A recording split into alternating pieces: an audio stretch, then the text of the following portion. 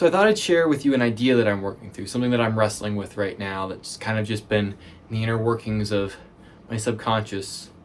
It's a catalyst for my last podcast.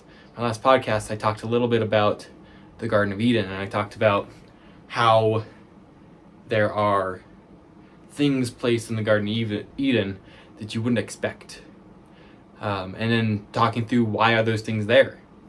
And the one that people often point out, and the one that I'm thinking about right now, is that when God made paradise for man, he also put man to work. He said there's no one to till the ground, and that's why he made Adam. It was a response to that there was no one to till the ground. And so then God made this perfect paradise for man. He designed it for man. And once he made it and created it, he said, now till the ground. And then he also gave Adam the job of naming all the animals. And he was put to work. And, well, I talked a lot about this on my last podcast episode, but now I'm thinking through it, and I think it might actually be shifting one of the assumptions that I've had. Now, this is purely speculative, and I recognize that I could be completely wrong on this, because I'm not at the point in history when we know.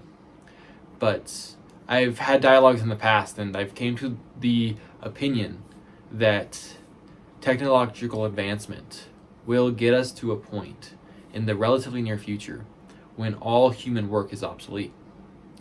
I still believe that. My conclusion in that thought process, in that experiment, was that it seems to me that when that occurs, it will be necessary for universal basic income. Once nobody needs to work, and we are already existing in a society where money is used for the exchange of goods, a universal basic income will be necessary for anybody to survive. And now, I don't believe that I do think that there will become a massive wealth disparity by technology, because there will be the owners of the companies, and then there will be the masses. And I don't believe that the owners of those companies are going to seek to destroy the masses. I don't believe that we'll see a mass genocide.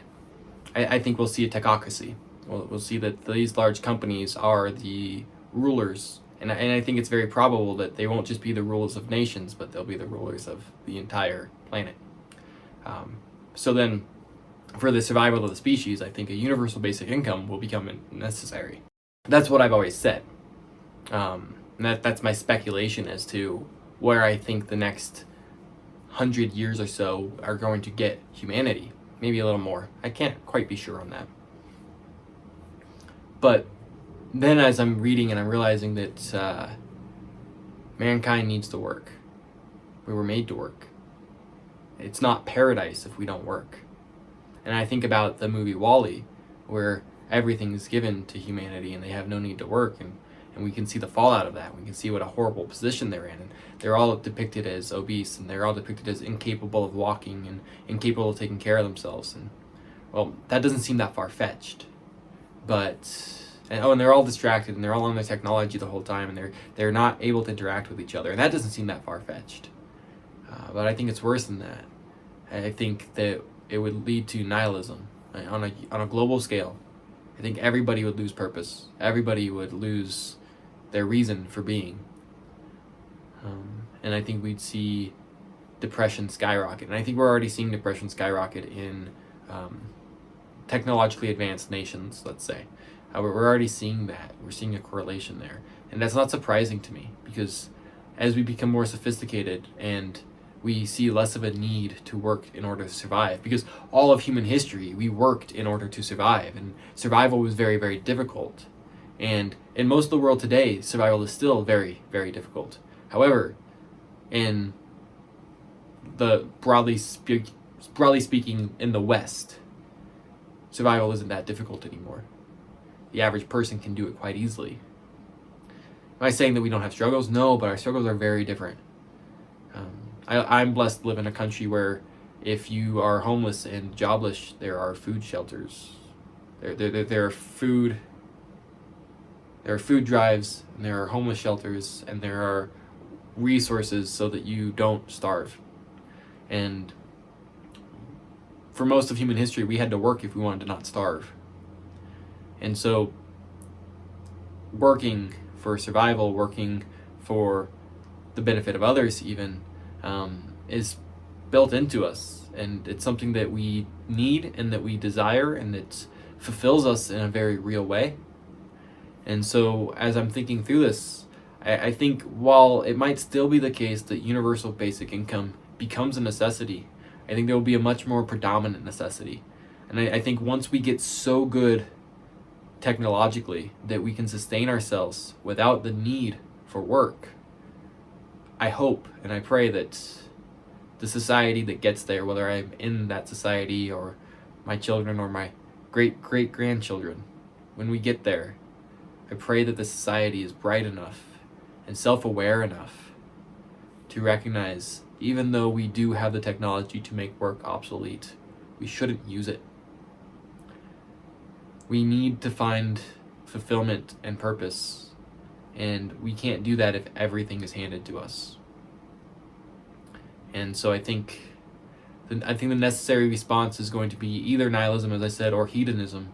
But I think hedonism ultimately leads to nihilism, and I think both will ultimately lead to suicide, drug overdoses. We'll see a large decline in our society's well-being. So this is very dark, and it's just thoughts in my head, and I don't have a point or a purpose. I just thought I would share with you one of the things that I'm wrestling through that isn't quite what we typically do here. But it's not, and I'm not trying to be political either. I hope I did that well in pointing out that I don't have a political agenda with this. I don't have, I do have the belief that perhaps we should work, but I'm not even stating whether that's capitalistic or socialistic or anything. But I'd love to hear your thoughts on it. And if you think this is a conversation that's worth continuing, I'd love to hear your thoughts on it. Make a comment so that I can continue the conversation with you and we can continue this dialogue. That's all I have for you guys. I love you all. God bless. Have you considered supporting us on Patreon yet? If you go and you support us on Patreon, you're going to get private access to things that aren't given anywhere else. We have trainings on something called the Warrior's Garden. We have a study on love. We are going to be having a study soon on the Shroud of Turin. As soon as we hit our next goal on Patreon, we're going to start doing that. So you can get access to all these cool things as well as supporting a very good cause. This ministry is completely supported off of Patreon. So if you want us to be able to continue creating content like this, then I'm going to invite you to prayerfully consider supporting us through Patreon. You can go ahead and pick any of the tiers that we have. We have tiers ranging from $9 a month to $99 a month, or you can make a custom pledge for as little as $3 a month. It's really up to you where you feel led, what you think God would want you to do with this ministry financially. And so I just invite you to prayerfully consider supporting us in that way. I love you all. God bless.